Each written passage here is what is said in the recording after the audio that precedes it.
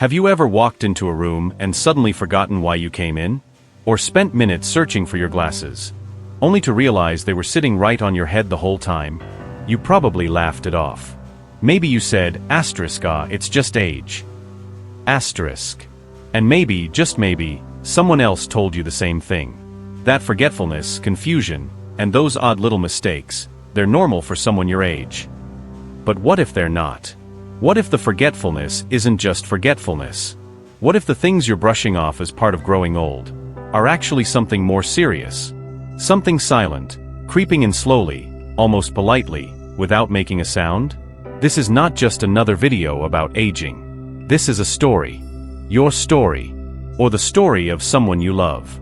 Because Alzheimer's disease doesn't begin with dramatic symptoms. It doesn't announce itself with flashing red lights. It begins quietly, almost indistinguishably. A missed appointment here. A forgotten word there. A name lost in the middle of a conversation. And then one day, the path home from the grocery store feels unfamiliar. You see, the earliest signs of Alzheimer's don't scream. They whisper. They blend in with normal aging so well, even the smartest among us can't tell the difference at first. And that is what makes it so dangerous. By the time most people seek help, years may have passed. Precious years that could have been filled with awareness, preparation, and care. But what if you knew earlier? What if today, right now, you could learn how to spot the difference? What if this video could help you see something you've been ignoring? Not to scare you, not to diagnose, but to bring clarity, to bring light. Because Alzheimer's, when caught early, doesn't have to steal everything. With early awareness, there are still memories to be made, laughter to be shared, names to be remembered. So if you're over 60, or love someone who is, please, watch closely. The signs are there. They always have been. But today, maybe for the first time, you'll finally see them. She had always been meticulous. A woman of routine. Every morning, just after prayer and before the kettle whistled, she would walk to the small wall calendar hanging beside the kitchen. A red marker in hand, she would circle the date and check off the tasks she had planned the night before. Groceries on Tuesday. Laundry on Friday. Church choir every Sunday. Her name was Sri. 70 years old, soft-spoken, with silver-gray hair always tied in a neat bun. She had lived in the same modest house for over 4 decades, the walls filled with framed photos of her children, now grown and scattered across cities. Life had become quieter, slower, but in many ways, still predictable. Until one day, it wasn't. It began with the calendar. She marked the wrong day.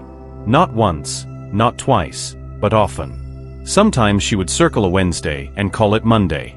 Other times she'd forget to mark it at all. At first, it was easy to laugh it off. A small mistake, a harmless lapse. Everyone forgets. Everyone makes errors. It's part of growing old. But then, groceries were skipped. Laundry piled up. And one Sunday, she walked into an empty church, 2 hours too early. Still, no one paid much attention. Not even Sri herself. But the signs began to cluster. The kitchen stove, left burning after her tea had boiled dry. The iron, still plugged in long after she had finished pressing her clothes. Once, she found a bag of rice stored in the refrigerator. Another time, her toothbrush in the cutlery drawer. Her children noticed, but didn't know what to say. Was it stress? Was she just tired? Then came the day when she couldn't find her way home. She had only walked a few blocks to the nearby market, something she had done hundreds of times. But that afternoon, under a bright blue sky, the familiar street looked strange. She stood still at the corner, holding a plastic bag of vegetables, staring in every direction. She recognized the houses, but couldn't tell which one was hers. It took a neighbor to lead her home. That was when the worry turned into a quiet fear. But Sri laughed it off, even then. "I must be getting old," she'd say. And yet, something deeper was unfolding. She began repeating stories. The same memory, about how she met her late husband, told 3 times within an hour. She asked where her oldest son was, even though he had just called her that morning. Sometimes, she would stop mid-sentence, her thoughts dissolving into silence. Still, no one used the word. No one dared. Because Alzheimer's felt like a sentence, a label, a fate. Instead, they clung to the word aging. It felt safer, more gentle. But one evening, as her daughter visited and opened the same kitchen drawer Sri had always kept her medicines in, she found something odd. A bottle of shampoo. And her medication, scattered on a shelf near the cooking oil. That's when the illusion finally cracked. What Sri was facing wasn't ordinary. It wasn't simple forgetfulness or age playing tricks. It was something deeper, more silent, slowly unraveling her from the inside. The calendar had been the first clue. The wrong dates weren't just dates. They were warnings. Not of time passing, but of time slipping away. They often start small. A misplaced wallet. A forgotten appointment. A word that lingers at the edge of the tongue but never quite arrives. These moments feel so ordinary, so human, that they rarely raise concern. After all, who hasn't forgotten where they parked the car, or repeated a story they thought they hadn't told yet? But for many older adults, these tiny lapses are not just a sign of tiredness or distraction. They're footprints. Faint traces of something deeper, slowly making its way in. The early signs of Alzheimer's are rarely dramatic. They don't begin with a blank stare or a sudden inability to remember a name. Instead, they creep in, disguised as quirks, masked by habit. It might begin with memory loss that disrupts daily life, forgetting things not just occasionally, but consistently. Like not remembering important dates, or asking the same question over and over, even after being told the answer. It's easy to chalk this up to age. But when someone forgets recent information repeatedly, it's often more than age. It's the brain's short-term memory beginning to fray. Another early sign is difficulty in planning or solving problems. Simple tasks like following a recipe, balancing a checkbook, or keeping track of monthly bills become confusing. A man who once prided himself on his neat accounting suddenly begins skipping numbers, double paying bills, or forgetting to pay them at all. A woman who has made the same family stew for 40 years now stares at the spice rack in hesitation, unsure which bottle to reach for. There's also confusion with time or place. People begin losing track of dates, seasons, and even the passage of time. They may forget where they are or how they got there. A 10-minute walk may feel like an hour-long journey. The familiar feels unfamiliar, and even home can sometimes feel like a stranger. Misplacing things is another signal, especially when the person puts items in places that make no sense. Keys in the freezer. Soap in the drawer with medicine. A mobile phone inside a cooking pot. These aren't just silly mistakes. They are signs that the brain is losing its ability to form new connections, to store and retrieve information in a logical way. Even language begins to falter. Finding the right word becomes a struggle. A chair becomes that sitting thing, or glasses are called eye things. Not because the person doesn't know what they are, but because the brain's word library is misfiled, jumbled, incomplete. Sometimes the warning comes not from the mind, but from mood and personality. A gentle person becomes suddenly irritable. Someone's social retreats into silence. A confident speaker begins to avoid conversation, embarrassed by the gaps in their memory. Depression, anxiety, and even fear often set in during this early stage. Not because the person fully understands what's happening, but because deep down, they know something has changed. And yet, in most cases, these signs are ignored. By the person experiencing them. By the people closest to them. Because no one wants to believe that something so permanent could be starting. Because the signs don't come all at once. They flicker like distant lightning, easy to miss in the noise of daily life. Loved ones may offer excuses. She's just tired. He's getting older. It's normal to be forgetful at this age. And for a time, these excuses are comforting. But Alzheimer's doesn't wait. It continues its slow, deliberate work, unnoticed, untreated. Until one day, the person can no longer hide it. And the family can no longer deny it. By then, the disease has already taken more than time. It has taken memories, names, places, parts of a self that may never return. That is why these early signs matter. Not to label, not to judge, but to truly see what is changing. Because when recognized early, there is still time to plan, to prepare, to support, and most importantly to connect, while connection is still possible. He had always been a man of rhythm. Pak Haroon, now in his early 70s, lived alone in the small house he had built with his own hands decades ago. A widower for several years, he found solace in predictability. The morning sun would find him sweeping the yard. By noon, he would be resting on the old wooden bench out front, sipping warm tea while the neighborhood children ran past, their laughter echoing through the narrow streets. But above all else, Pak Haroon trusted the passage of time. He kept an old clock on his living room wall. It had a wooden frame, slightly cracked with age, and a faint tick-tock that echoed softly through the quiet of his home. That clock had marked every hour of his life: meals, prayers, visits from his children. It was his compass, his reminder, his company. Until one day, he couldn't find it. It began with a simple glance. He walked into the living room and looked up at the wall, only to pause. The spot where the clock had always hung was bare. The nail remained, and the faded outline was still visible on the wall, but the clock itself was missing. He stood there, confused. Had someone moved it? Had he taken it down for cleaning? He searched the house, every room, every shelf. Opened drawers, looked beneath the cushions, checked behind the curtains. No clock. He gave up, convinced that perhaps a family member had taken it for repair. But days passed. No one mentioned the clock. And soon, he began asking others where it had gone, even though he had asked them before. It wasn't the clock that was gone. It was his memory of where he had placed it. Weeks later, one of his daughters found the clock inside a kitchen cabinet, nestled beside cans of soup and a jar of coffee. It was still ticking. Pak Haroon didn't remember putting it there. That was the first crack in a structure that had once felt so steady. Time itself began slipping. He started waking up at 2 a.m., thinking it was morning. He prepared lunch in the dark, wondering why the rice hadn't finished cooking even though it was almost evening. The once reliable flow of hours and minutes had become disjointed. Then came the day he forgot how to read the clock at all. He would stare at it, lips moving silently, as if trying to translate a foreign language. The numbers made sense, but not their order. The hands moved, but he couldn't remember what they meant. Noon, midnight, afternoon. It all felt the same. Soon, he began losing track of days. Mondays blurred into Fridays. Appointments were missed. Calls from his children were forgotten moments after the phone was hung up.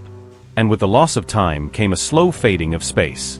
Pak Haroon, who once walked confidently through the alleys and shops of his neighborhood, began to hesitate.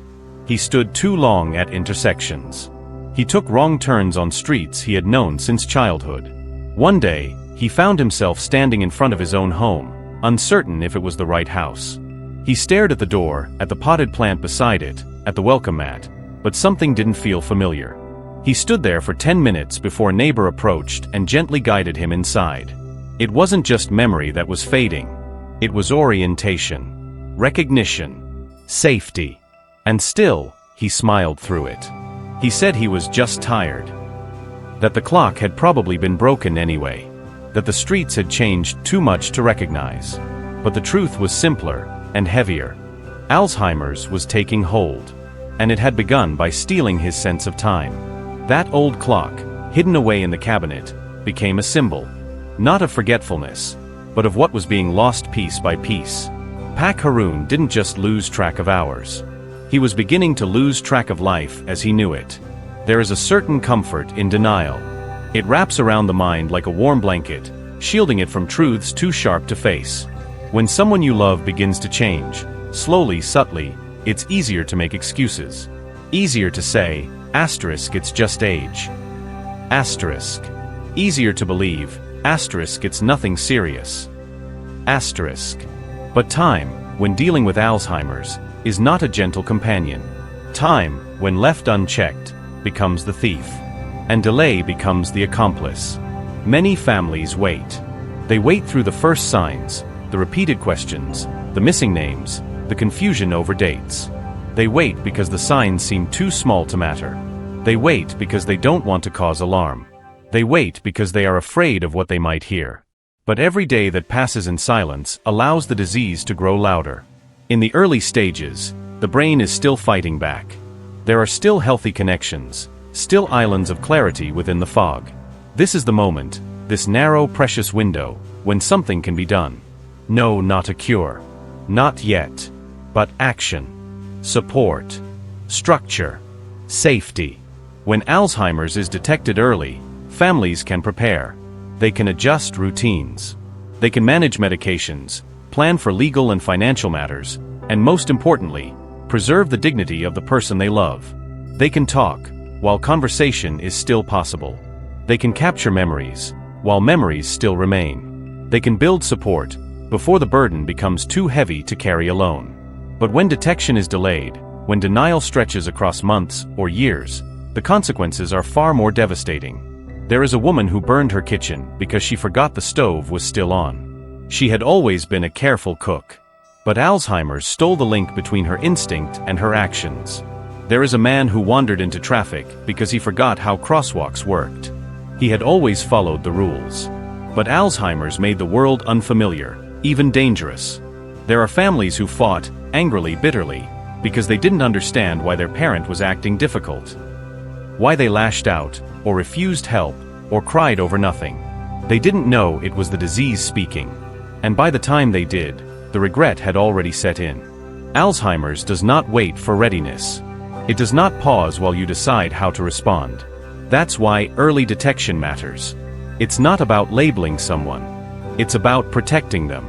It's about creating a plan while the mind is still present enough to help shape it. Because the moment will come when decisions must be made, about care, about safety, about daily life. And the worst pain is having to make those decisions too late. When the person you love no longer remembers your name. When families act early, they can give the person with Alzheimer's a voice in their own future. They can say, asterisk, this is what I want. Asterisk. They can say, asterisk, this is how I wish to live. Asterisk. They can say, asterisk, please don't be afraid. Asterisk. And those words become anchors. They become the foundation of every choice that follows. But when you wait, when you ignore the signs, hoping they'll go away, what you lose is not just time. You lose the chance to stand together. You lose the chance to walk through the early stage hand in hand. No one wants to hear the word Alzheimer's. But not hearing it doesn't stop it from being real. Facing it early does not invite darkness. It invites clarity. It invites love in its most courageous form. The love that sees what is coming, and chooses to meet it with open arms. Aging is not a disease. It is a natural rhythm, slow, graceful, and often beautiful. The wrinkles that form at the corners of our eyes, the silver that dusts our hair, the stiffness in our joints, all gentle reminders of a life well lived. Forgetfulness, too, is part of this rhythm. It is normal to misplace your glasses once in a while. Normal to forget someone's name but recall it a few minutes later. Normal to walk into a room and pause, momentarily unsure why you came. But Alzheimer's is not a rhythm. It is a disruption. It doesn't nudge. It erases. The difference between normal aging and Alzheimer's is not always visible in a single moment. It lives in patterns. In the slow accumulation of errors that stop being occasional and start becoming constant. Normal aging is forgetting where you put the keys, then finding them later and chuckling at yourself. Alzheimer's is placing the keys in the refrigerator and not knowing why they're there. Or worse, not remembering what the keys are for. Normal aging is occasionally forgetting a word, then circling around it until it finally comes. Alzheimer's is stopping mid-sentence, lost in thought, unable to continue, because the words are simply gone. Normal aging is needing a reminder for an appointment. Alzheimer's is forgetting the appointment entirely, even after someone just reminded you. Normal aging is feeling overwhelmed by change. Alzheimer's is being unable to follow simple steps of a familiar task, like making tea, dressing properly, or writing a grocery list. In aging, awareness remains intact. You know you forgot something. You know it's frustrating. But with Alzheimer's, awareness begins to slip. The person may not even realize they're forgetting. And sometimes, when confusion sets in, they become defensive, not out of stubbornness, but out of fear. That fear is rarely spoken. But it lingers. A subtle panic beneath the surface, as the familiar world begins to distort. The difference also lies in memory itself. Aging may touch short-term memory, what you ate for breakfast or where you put the remote. But long-term memory, especially emotional memory, remains largely untouched. Alzheimer's, on the other hand, reaches into both. At first, It frays the edges of new experiences. Later, it claws into the past. Stories that were once recited effortlessly become fragmented. The names of children and grandchildren fade. Eventually, even the reflection in the mirror may seem like a stranger. But perhaps the most tragic difference lies not in memory, but in identity. Normal aging may change how fast we move or how often we forget. But it does not steal who we are. Alzheimer's, over time, does. That's why it's not enough to just say, well, it's just old age. Because that phrase can mask something far more serious. It can delay help. It can prevent early care. And it can leave a person to struggle silently, unseen, and unsupported. Understanding the difference is not about labeling. It's about protecting. It's about knowing when to step in with gentleness. When to suggest a doctor's visit. When to start keeping notes, patterns, and timelines. Because early recognition opens doors. It opens the door to medical evaluation, to therapies that may help, to resources, support groups, and care networks, to conversations that need to happen before it's too late. When we mistake Alzheimer's for just getting old, we deny someone the chance to face their future with dignity. We strip them of the chance to be part of their own story before the pages begin to blur. And we miss the precious time, the time when they're still themselves, still aware, still able to say, "This is who I am." Knowing the difference isn't about fear. It's about love. The kind of love that watches closely, listens deeply, and refuses to look away. There is a moment in every family when they realize they should have acted sooner. It's not always dramatic. Sometimes, it's quiet. A realization that creeps in slowly, like dusk settling into a room where no one noticed the light fading. The moment often comes after something small. A mother who leaves the house and forgets how to return. A father who suddenly doesn't recognize the voice on the other end of the phone. A once proud grandmother who bursts into tears because she can no longer tie her own shoes. And in that moment, the questions begin. How long has this been happening? Why didn't I see it earlier? Could I have done something different? The truth is, many could have, but they didn't. Not because they didn't care, but because they believed they had time. Time to wait. Time to watch. Time to hope that things would get better. But Alzheimer's is not gentle with time. It moves quietly, until it doesn't. Until the forgetfulness becomes dangerous. Until the silence becomes frightening. Until the person you love begins to slip away, and you can no longer reach them the way you once could. There was a man named Yusuf. He was 74, a retired teacher. He loved books, music, and watching the birds in his garden each morning. His wife began to notice small changes. Yusuf would forget appointments, leave the water running, misplace his reading glasses. She mentioned it once, lightly. He brushed it off, smiled, said he was just tired. She believed him, because she wanted to. Months passed. One day, Yusuf disappeared. He had gone for his usual morning walk, wearing his old brown cardigan and slippers. He didn't come back. They searched the neighborhood. They called the police. When they found him 2 towns away, exhausted and confused, he didn't know his name. He didn't know hers. That was the day she heard the word Alzheimer's for the first time. The diagnosis came not as a warning, but as a confirmation of what had already been lost. What followed was a blur of regret. All the chances she missed. The days she could have gotten him help.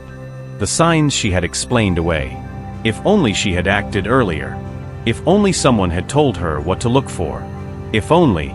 This is the cost of delay. It is not just medical. It is emotional. It is spiritual. It's the burden of watching someone unravel, knowing you could have done more. It's the guilt that clings to late-night thoughts. The what-ifs that haunt every moment of clarity the person still has left. Because eventually, even those moments vanish. The memories go. The connections fade. The laughter becomes hollow. And the person, though still breathing, becomes unreachable. A body moving through time, no longer aware of the story they once lived. Early detection does not stop the disease, but it gives something just as valuable. Time with meaning. Time to prepare. Time to say the things that need to be said. Time to adjust the home, the medication, the mindset. Time to love with understanding, rather than confusion. The cost of waiting is not just the acceleration of symptoms. It's the loss of shared memory, of dignity, of choice. When it's too late, the hands that reach out to help may no longer be recognized. The voice calling their name may sound like a stranger, and the chance to walk this road together, heart to heart, will be gone. So if the signs are there, even just whispers, listen. Don't wait until the lights begin to dim. Don't wait until the door is locked from the inside, and the person you love is already drifting away. Because with Alzheimer's, by the time the signs are obvious, you're already running out of time. Not everything has to begin with a diagnosis. Sometimes, the first step is not a doctor's visit. It's not a medical test or a prescription. Sometimes, it begins with a conversation, a moment of courage, a gentle observation shared with love, a decision made quietly to no longer ignore the signs. If you're watching this and the stories feel familiar, if you've seen someone in your life struggling with forgotten names, misplaced time, or unfamiliar places, then the journey has already begun. But this time, you have the chance to walk ahead of it, to lead with awareness, not fear. So what can you do right now? Start by observing, not accusing. Keep a simple notebook. Write down what you notice, not to judge, but to understand. How often do they forget recent events? Are they repeating questions or struggling with directions? Do their mood swings seem unusual or sudden? Small patterns may seem insignificant in isolation, but when laid side by side, they often form a map, a path that reveals whether this is just aging or something deeper. Next, begin the gentle approach. You don't need to say Alzheimer's. You don't need to scare them. But you can say, I've noticed you've been forgetting things lately. Should we talk to someone, just to be sure everything's okay? Speak with love. Frame it as care, not concern. Because the person you love may already feel their grip on reality slipping, and fear will only make them retreat. If they resist, give it time. But don't stop watching. Don't stop loving with your eyes open. Then, involve someone you trust. A sibling, a child, a close friend. Someone who sees the same signs you do, or perhaps something you've missed. When families talk, when concern is shared, support begins to grow. Once there's agreement, schedule a medical evaluation. Not to confirm the worst, but to find out what's really going on. Because not all forgetfulness means Alzheimer's. There are many treatable conditions, nutritional deficiencies, medication side effects, sleep disorders, that mimic memory loss. A proper assessment can clarify the unknown. And clarity, even when painful, is better than doubt. At home, begin small adaptations. Place notes on doors or cabinets.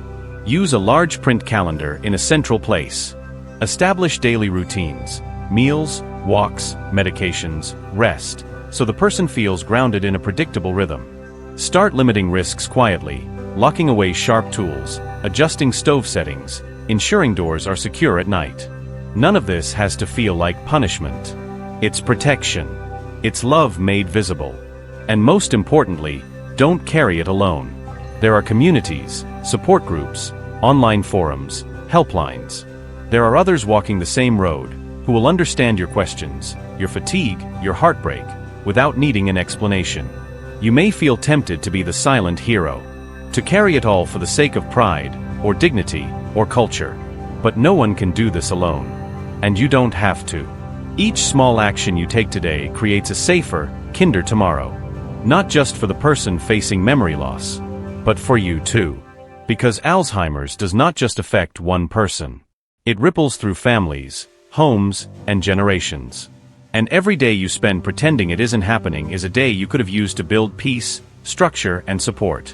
So if there's one thing you can do right now, don't wait. Don't wait until it's obvious. Don't wait until something frightening happens. Don't wait until regret writes the end of a story that could have been told differently. Choose to act. Choose to see. Choose to care with your eyes wide open. Even if it's hard. Even if it's uncomfortable. Because love is not always easy. But love that notices. Love that acts early. That kind of love can change everything. Alzheimer's may not have a cure yet, but that does not mean we are powerless. There are choices, simple daily choices, that build invisible walls of protection around the brain. Not walls that stop time, but walls that slow its erosion, that strengthen what can still be saved, that nourish what has not yet been touched. It begins, as most things do, with the body. What's good for the heart is good for the brain. This old saying is more than just advice, it's biology.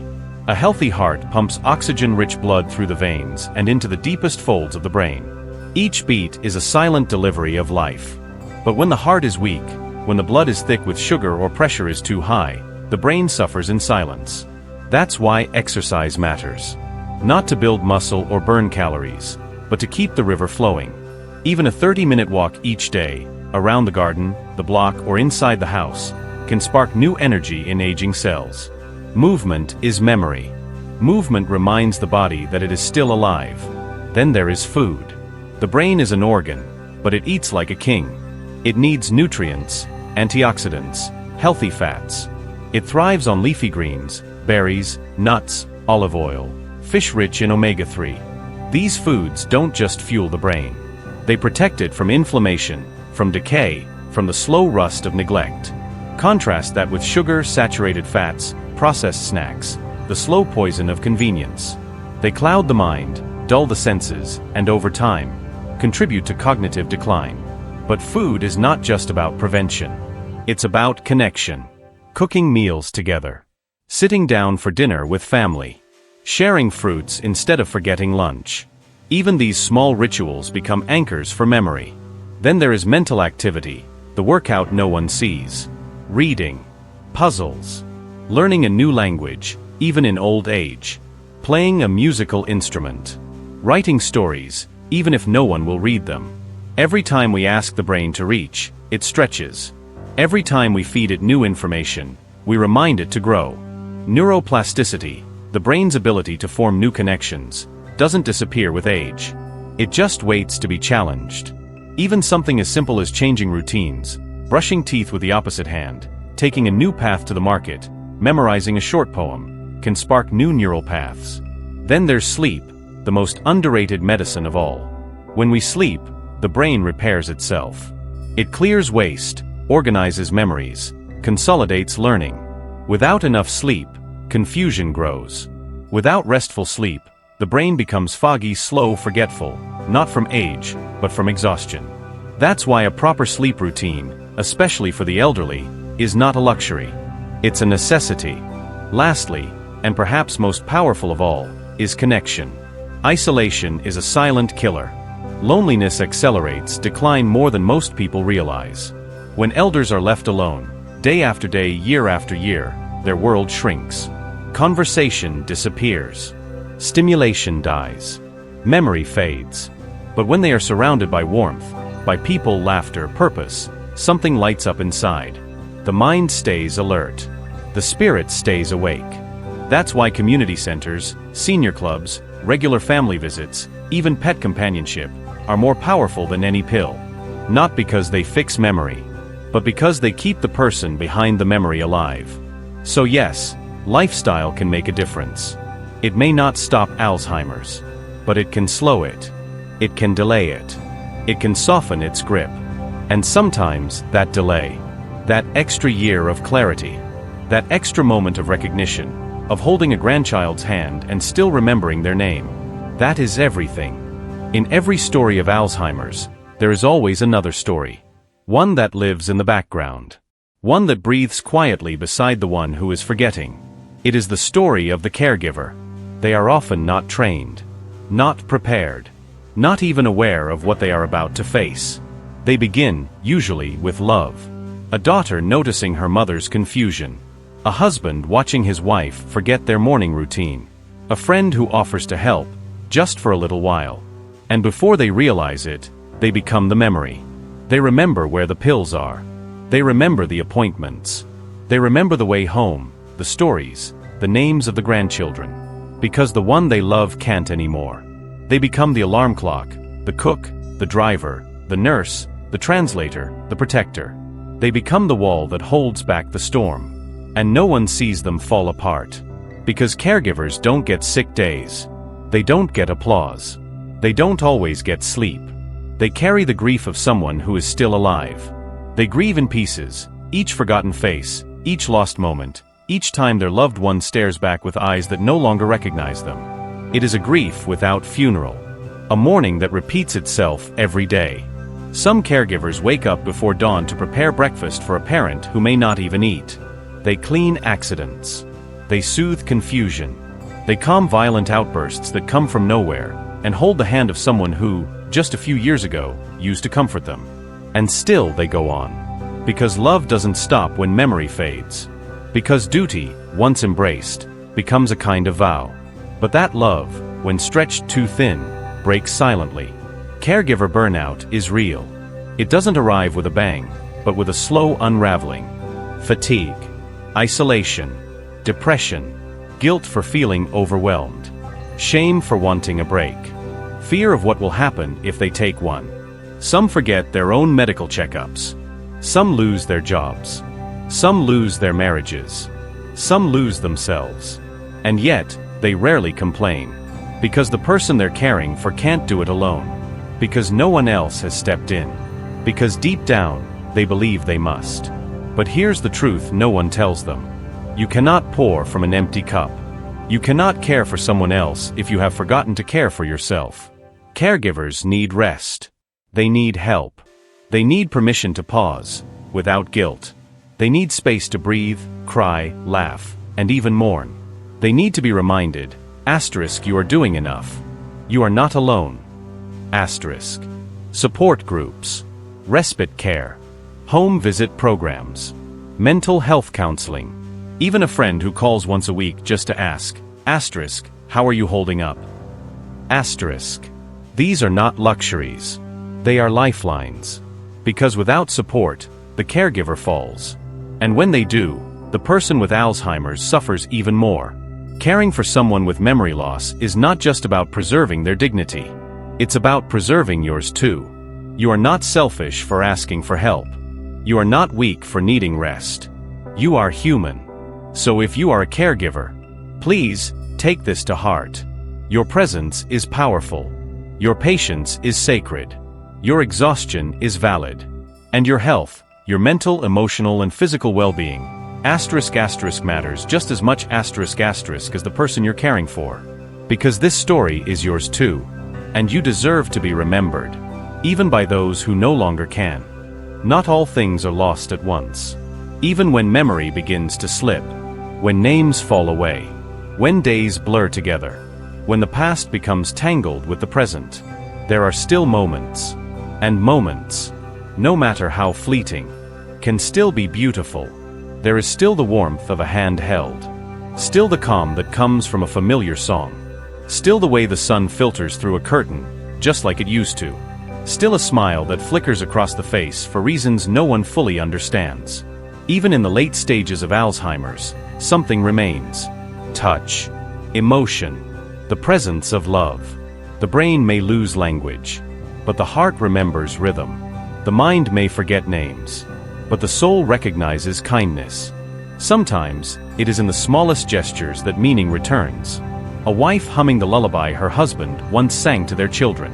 A son brushing his father's hair, slowly, like his father once did for him. A grandchild placing a flower into the hand of someone who no longer speaks, but smiles anyway. Alzheimer's may steal the structure of a life, but it cannot steal the essence of a person. There is still time. To sit without hurry. To listen even when words don't come.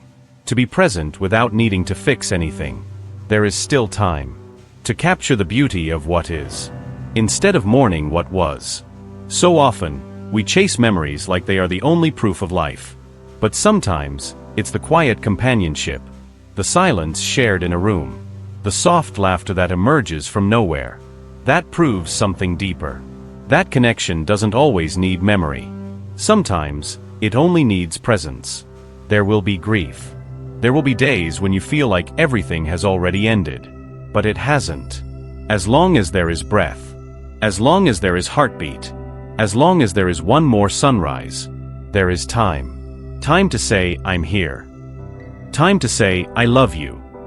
Time to say nothing at all, just be. And when the final forgetting comes, when the name is gone, the stories are gone, even your face is gone from their recognition, remember, you were not erased. You were simply absorbed into something deeper.